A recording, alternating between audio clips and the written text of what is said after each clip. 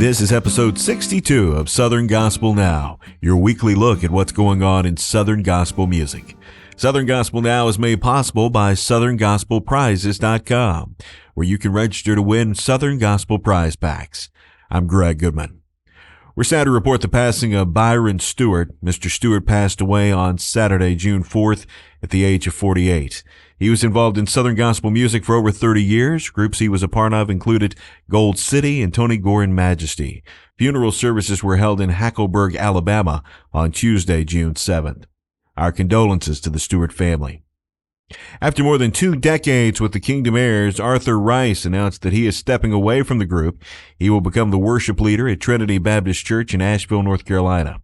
Monday afternoon, Arthur performed his last concert with the Kingdom Heirs and had these thoughts to share with the group, the audience at the Show Street Palace Theater, and an audience of thousands watching online. It's been an honor being here. Chris and Dennis, we've been through some stuff. God's been faithful. God's been faithful to us. We've been through some things that we shouldn't be here. We really shouldn't be here. I mean, the world looked at us and said, y'all are done. But you know what? God wasn't done with us. And these boys are going to go on. God's always got a man. He's always got somebody. And these boys are going to go on. They're going to be solid as a rock.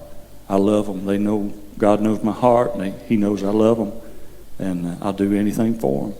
It has been an honor to sing all these years for you. And I want to thank Dollywood. Listen, we couldn't have done nothing without them. Without God putting us here. We've had a lot of folks try to get rid of us, but they didn't put us here. God put us here. And people say, well, how long are you going to be here? Well, we'll be here till God's through with us here. I love these boys, and I know they're going to be wonderful, and I'm still going to be around, and I'm going to come over and bug them, and I get to help them produce some music for them, and I'm looking forward to that. Our best to Arthur as he begins this new chapter. He will continue to serve as the president of the Southern Gospel Music Association. Karen, Peck, and New River is getting ready for their homecoming beginning this Thursday. Matthew Gooch tells us more. We have it literally at our house. We have a huge stage that we built, and we have a massive tent for people, and it's just so much fun because we get to see people that we don't see throughout the year, and they come to our homecoming from all over the country. And we just have a blast. We have tons of great music, and the concession stands are awesome. And then we like to have like an after party underneath the tent after the concert's over, and we have special little snacks that we hand pick. We have a couple friends that cook amazing food, and so we have special meals planned for after the concert. And so we just eat, and we get to hang out with our friends, and people will come in, and all the artists come under the tent, and we just have a great time. And so it's a very busy week, but it's also one of our favorite weeks out of the year. Joseph Habedank recently marked 9 years of sobriety.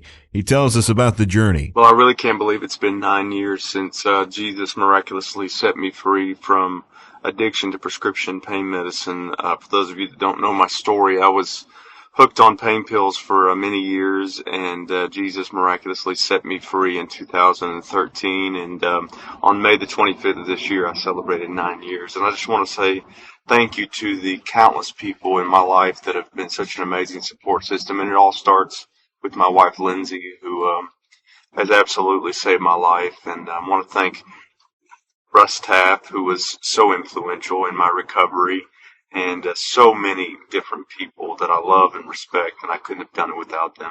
And I want to say thank you to radio for allowing me to be vulnerable and honest about my journey through my songs, and for not being afraid to play those songs like The Beauty of the Blood and I Know God Is Big Enough, and so many different songs that I've written that have my story intertwined in them. The Nelons recently put on social media that they were looking for a new drummer.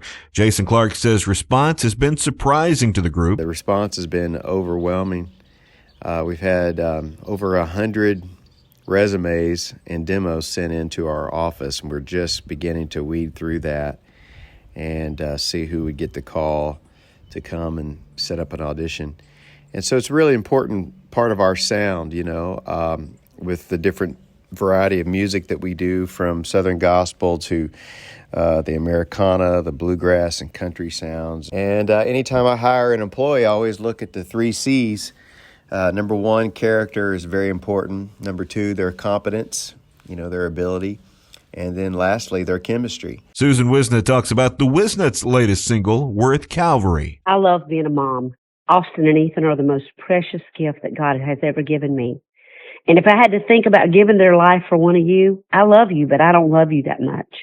Aren't you thankful today that God looked at you and me and said, I love them, even though they're lost, wounded, and broken? He still said there is no hope for them unless I give my most precious, perfect Son, Jesus Christ, to die in their place. He thought you and me were worth Calvary. The latest song from Wilburn and Wilburn is Where Could We Go? Jonathan Wilburn says sometimes we wait to turn to the Lord, which we should do first. So many times in my life, when problems or situations arise, I'll try everything else but calling on the Lord. I don't know why I'm that way, but I am. Where could we go but to the Lord? It's so simple, but yet sometimes seems like it's such a hard thing to do. Jordan LeFevre talks about the latest song from the LeFevre Quartet, All the Praise. All the Praise is a very special song to me. I personally picked it out. A lot of times I'll be driving our bus late at night listening for songs when it's about time to record. That's a good time to listen and really pay attention to those songs. And I'll never forget this song in particular. I was up there driving late one night, and I was listening to the words of this song. And as a Christian, it dawned on me that this song encapsulates nearly the entire Bible. That's it for this week's edition of Southern Gospel Now. If you missed any episodes along the way, you can find them wherever you get podcasts, or you can listen at southerngospelnow.com. Southern Gospel Now is made possible by southerngospelprizes.com. I'm Greg Goodman, reminding you to love your neighbor, and I'll see you next week for another edition of Southern Gospel Now.